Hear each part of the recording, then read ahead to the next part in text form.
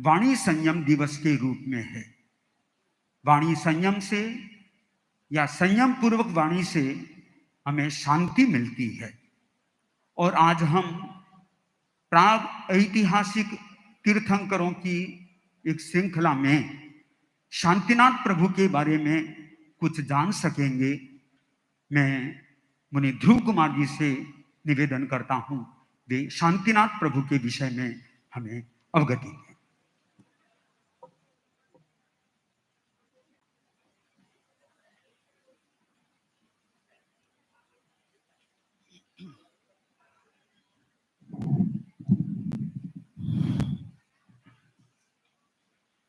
शांतिदूत आचार्य श्री महान श्रमण जी की, शांतिदूत ऊर्जा के अजस्र स्रोत परम पूज्य गुरुदेव के श्री चरणों में वंदना, पदस्थ एवं समस्त चरित्र आत्माओं के चरणों में वंदना, उपस्थित भाइयों एवं बहनों। पहले कुछ स्तुति फिर प्रस्तुति। बलिहारी हो शांति जीणंद की, बलिहारी हो शांति जीणंद की। अमृत वाण सुधासी अनुपम मेटाण मिथ्या मंद की, बलिहारी हो शांति जीणंद की, बलिहारी हो शांति।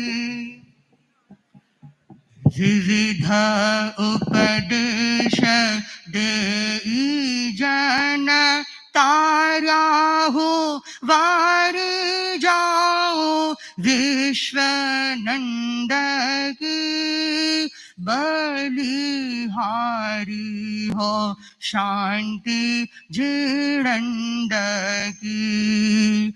परम दयाल गोवाल कृपानिधि तुम जप माला आनंद की, तुम जप माला आनंद की, बलिहारी हो शांति जीणंद की, बलिहारी हो शांति जीणंद की। आनंद एक आभास है जिसे आज हर कोई ढूंढ रहा है। दुख एक अनुभव है जो आज प्राय हर किसी के पास है।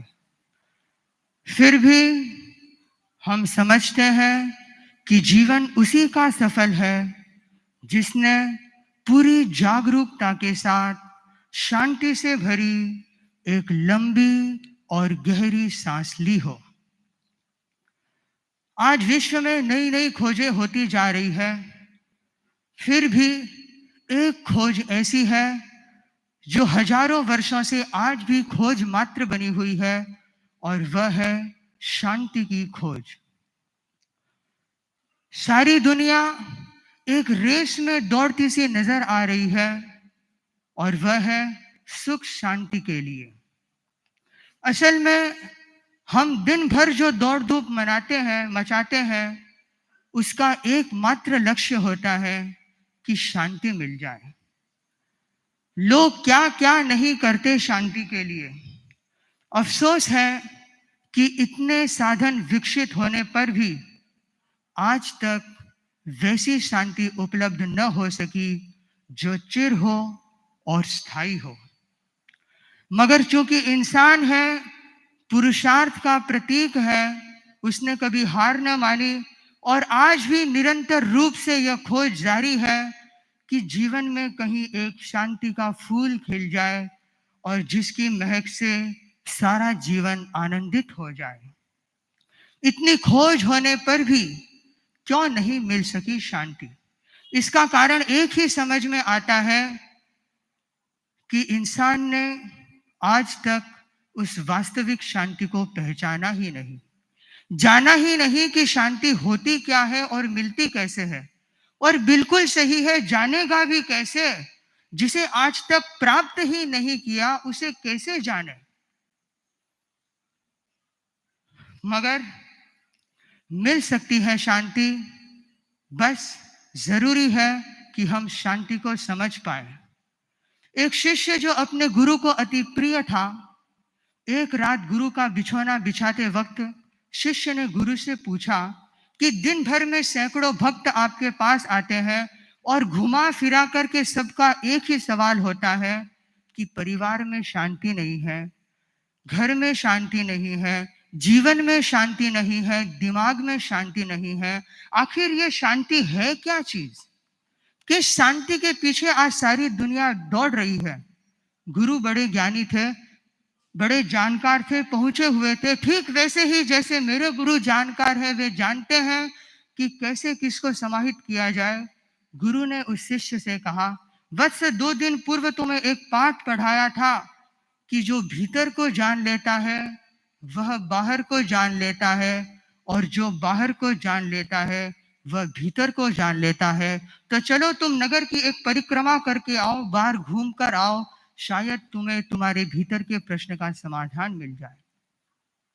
शिष्य रवाना हुआ, गुरु भी पीछे पीछे थे। कुछ ही कदम चला होगा कि शिष्य के पांव में एक नुकीली शूल चुभ गई और शिष्य करा उठा। गुरु त्वरा से उसके पास पहुंचे और बड़ी वत्सलता से, सहृदयता से उसकी शूल को उसके पांव से निकाला, और जैसे ही वह शूल उसके पांव से निकली, शिष्य के मुंह से तत्काल निकल पड़ा, आह, शांति मिल गई। गुरु ने तत्काल उसे सजग करते हुए कहा, क्या कहा तुमने? क्या तुम्हें शांति मिल गई? शिष्य भी सजग हुआ, हाँ, मैंने कहा तो सही कि शांति मिल गई। शिष्य ने गुरु से कहा, क्या यही शांति होती है? क्या इसी शांति के लिए सारी दुनिया आपके पास भागी दौड़ी आती है? गुरु ने कहा, बिल्कुल यही बात है। जब तक कांटे चुभते रहते हैं अशांति रहती है, और जिस दिन वे कांटे निकल जाते हैं शांति व्याप्त हो जाती है। मगर खास बात है कि दुनिया इन बिखरे हुए शूलों को भी देख नहीं पाती।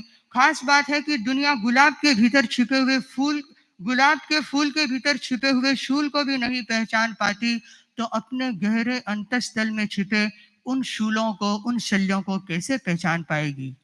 पर तीर्थंकर प्रभु ने उन शल्यों को पहचाना है और उन शल्यों को निकालने के लिए, झाड़ बुहारने के लिए, स्वाध्याय और तप के प्रवाह में बाहर डालने के लिए प्रेरणा दी है। और वे 3 शल्य है, माया शल्य, निरान शल्य और मिथ्या दर्शन शल्य। जब तक ये 3 शल्य हमारे पास है, ये 3 शल्य हमें कभी शांति का एहसास नहीं होने देते। जिसे हम शांति समझते हैं वह तो मात्र एक शांति का आभास है, जिसे हम सुख समझते हैं वह सुख का एक आभास मात्र है। मगर जिन्होंने इन शल्य को निकाल दिया, जिन्होंने इन शल्य को बहा दिया, वे तीर्थंकर होते हैं। तीर्थंकर लोकनाथ होते हैं। वे सारे लोक को शांति का उपदेश देते हैं, और इस तथ्य से हम कह सकते हैं कि सारे के सारे तीर्थंकर, चूंकि वे जगत को शांति का पाठ पढ़ाते हैं, वे शांति नाथ ही होते हैं। 1 से लेकर 24वें तक जितने तीर्थंकर हैं, वे सभी के सभी शांति नाथ ही है। मगर इस अवसर पीढ़ी के 24 तीर्थंकरों में एक तीर्थंकर कुछ विशेष। काम तो सभी तीर्थंकरों का शांति का ही होता है, मगर एक तीर्थंकर ऐसे थे जिनका नाम भी शांतिनाथ था, और नाम भी किसी सहजतया नहीं, किसी काम के कारण हुआ। इस प्रकार की हस्तिनापुर नगरी और उसके आसपास के इलाकों में एक भयंकर महामारी छा गई। गली गली और घर घर में लोग खाट पकड़कर रहने लगे, और तो और राजमहल भी इस बीमारी से अछूता नहीं रहा। स्वयं हस्तिनापुर की महारानी अचिरा भी इस महामारी से संक्रमित हो गई।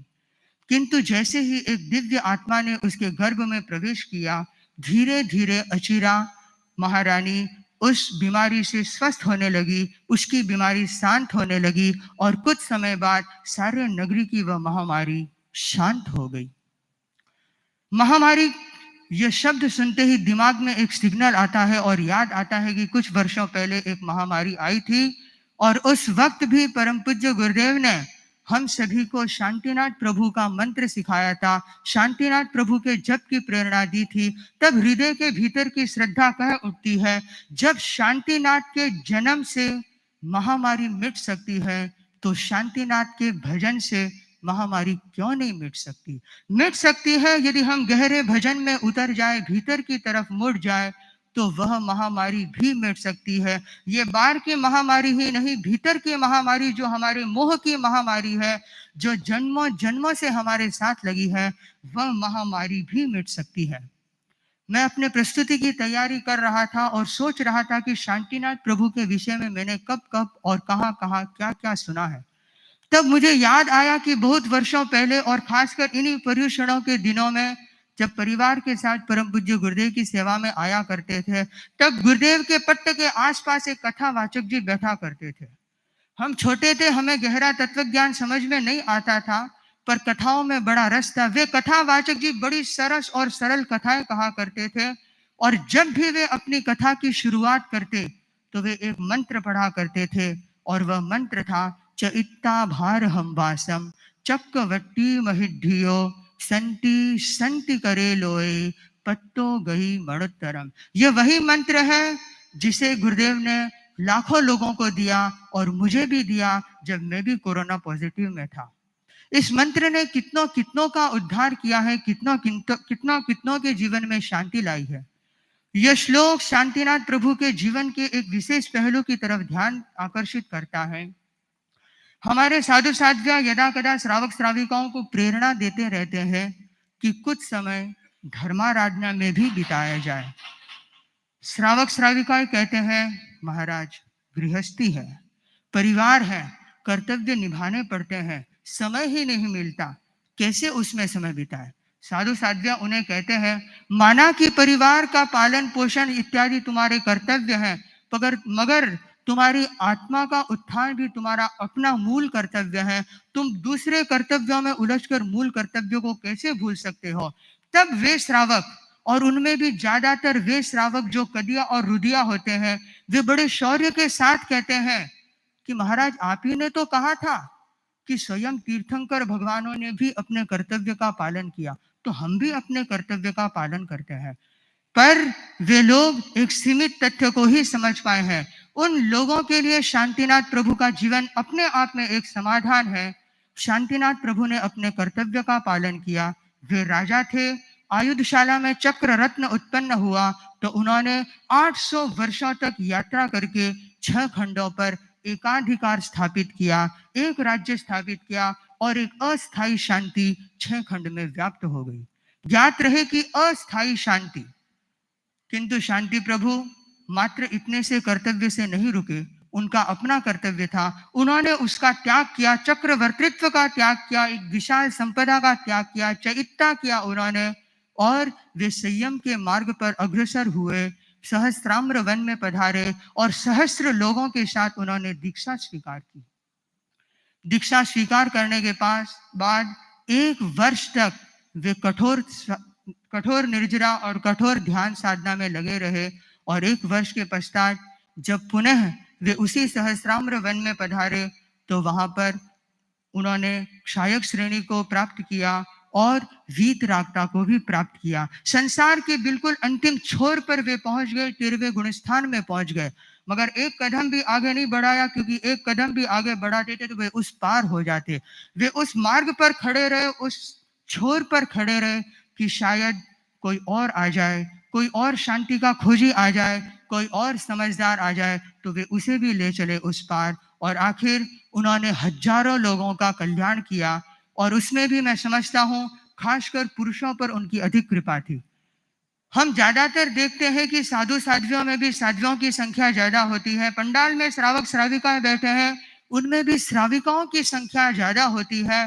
पर कुछ तीर्थंकर ऐसे थे, और उनमें से भी शांतिनाथ प्रभु एक ऐसे तीर्थंकर थे जिनके शासन काल में साध्वियों से ज्यादा साधुओं की संख्या रही, जिन्होंने 100 पुरुषों के साथ दीक्षा ली और जीवन के अंत समय में 900 मुनियों के साथ 1 मास का संथारा स्वीकार किया, अनशन स्वीकार किया और निर्वाण को प्राप्त हुए, मोक्ष को प्राप्त हुए। इतिहास कहता है, तीर्थंकर चरित्र कहता है, स्वयं शांतिनाथ चरित्र भी कहता है कि शांतिनाथ प्रभु का निर्वाण हो चुका, शांतिनाथ प्रभु अभी नहीं रहे। और मैं भी यही कहता हूं कि शांतिनाथ प्रभु का निर्वाण हो गया। मगर एक बात मैं आज और कहना चाहता हूं कि शांतिनाथ प्रभु का निर्वाण होने के बावजूद भी शांतिनाथ प्रभु है। जिन्हें हम शांति दूत के नाम से जानते हैं, वे अपने आप में शांतिनाथ प्रभु है। उनके जीवन को मैंने सिर्फ 10 वर्षों में जितना देखा है, चाहे जितने उपसर्ग आए, चाहे जितनी परिस्थितियां आई, चाहे किसी ने इंक और पेपर का वेस्टेज किया हो, चाहे किसी ने अपने वाणी का दुष्प्रयोग किया हो, चाहे किसी ने टेक्नोलॉजी और यंत्रों के माध्यम से एक निंदा का काम किया हो, चाहे किसी ने काला दिवस भी क्यों ना मनाया हो, मगर इस शांति दूत की शांति एक विलक्षण शांति है जो आज तक कभी बाधित नहीं हो सकी। मैं आज के इस पावन अवसर पर शांतिदूत प्रभु से हम सभी के लिए यही प्रार्थना करता हूं कि हम सभी साधु साध्वियां, श्रावक श्राविकाएं आप श्री शांतिनाथ के चरणों में, आप श्री शांतिदूत के चरणों में उस परम शांति को उपलब्ध हो सके और अपने मूल लक्ष्य को प्राप्त कर सके। इन्हीं मंगल भावों के साथ ओम शांति, ओम शांति, ओम। परम शांति की खोज में हम सभी लगे हुए हैं और शांति को प्राप्त करने के कई माध्यम है। लाघव, सत्य, ये धर्म भी एक माध्यम होता है। इन धर्मों पर हम पहले सुनेंगे निवेदन।